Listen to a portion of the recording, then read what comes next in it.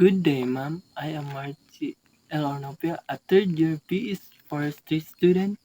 Today, I will be presenting to you my reports all about the structure of woody plants hardwood. In coniferous woods, identifying species is often uncertain without a microscope due to their similar structure and appearance. In contrast, hardwoods exhibit significant variability in cell types and arrangement, allowing for, allowing for erasure identification using a 10 times hand lens. So these are the example of coniferous woods. So these are following contents of my report. Four basic cell types. An introduction of hardwood, red oak, choice of viewing surface and instrument, growth rings, hardwood, hardwood cell types, classification of ring porosity, pure arrangement in hardwoods. There are also four basic cell types. These features there are visible and usually associated with the following. Number 1, vessels. Number 2, fibers. Number 3, racels. Number 4, longitudinal parenchyma and tracheids. The image of this diagram showing the microscopic structure of walnut wood or joglan species. It shows a magnifying cross-section of the wood, 25 times magnification, alongside illustration of the key cell types found with, within it: vessels, elements, parenchyma, cells, tracheids, fibers, and racels. And the first of four basic cell type is the forest. Forest is the hardwood at the cross-sectional openings of the vessel elements, ranging from the very visible, requiring a 10 times hand lens, to the large enough to be seen without modification. The second one is the fibers. Wood fibers are small, thick-walled cells that in the mass of created a dense, dark background, constructing with a porous and lighter parenchyma and racels. The third one is the racels. Racels from visible radial lines on a wood crossing section, ranging in with a visibility, some needing a hand lens, other visible to the naked eye. The next one is the longitudinal parenchyma cells. Longitudinal parenchyma cells is greatly in the hardwood. Some species lack them entirely, while others have such few that they are invisible to the naked eye. The last one will be the tracheids. Hardwoods contain relatively few tracheids, which are difficult to distinguish from the parenchyma cells in the cross-sections due to their similar thin walls and diameters. This image shows a hand lens view of northern red oak cross-section. It has visible features include distinct growth rings with a large early wood forest and small late wood with a large early wood forest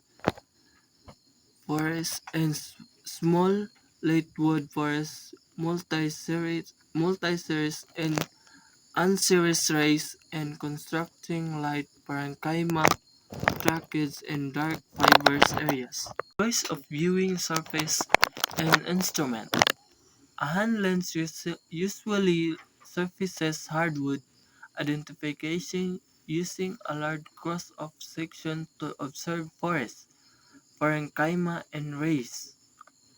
However, microscopic examination is sometimes necessary, especially with the thin samples like veneers, where microscopic features alone are efficient.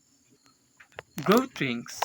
Temperature hardwoods exhibit annually growth rings due to seasonal cycles.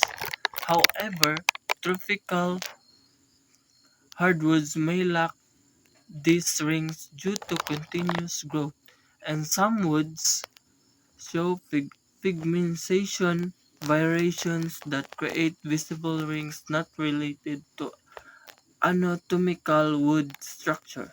This is the image of growth rings. The image shows a cross-section of the tree trunk, illustrating annual growth rings. Wider rings indicate the periods of faster growth, springs and early summer, while narrow rings show slower growth, late summers, and autumns. These are the explanation of hardwood cell types. Vessels. Hardwoods large vessels elements with thin walls and wide cavities efficiently conduct soft. These elements form continuous passageways vessels, which appear as vessels lines with a split lengthwise. This image displays four types of wood porosity. Number one, ring porous. Porous large and concentrated in early wood. Semi Semi-ring porous is a larger in early wood but present throughout. Semi-diffuse porous with a larger in early wood but distribution less distinct, and diffuse porous evenly distributed similar size through the classification is based on arrangement and size of pores within the growth rings. Hardwood identification involves classifying forest size and distribution with the growth rings. Diffuse forests would have a uniformly sized, evenly distributed forest, while ring forests would have a larger concentrated in early wood.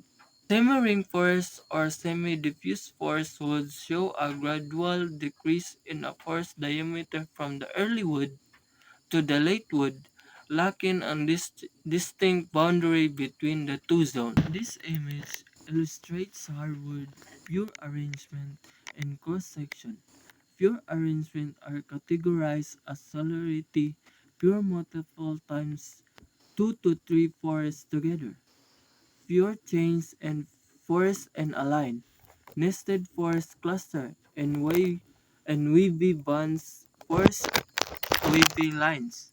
The description considered the relative position of the forests each other. A solitary forest is a single forest that does not touch any each other. A maple, top, row, and leaf. A forest multiple occurs when two or more forests come on contract with one another. Cottonwood, top row, center. Nested pores or pore clusters describe multiple pores touching both radially and tangentially. Radially arranged series of multiples or closely arranged solitary pores are called pure chains.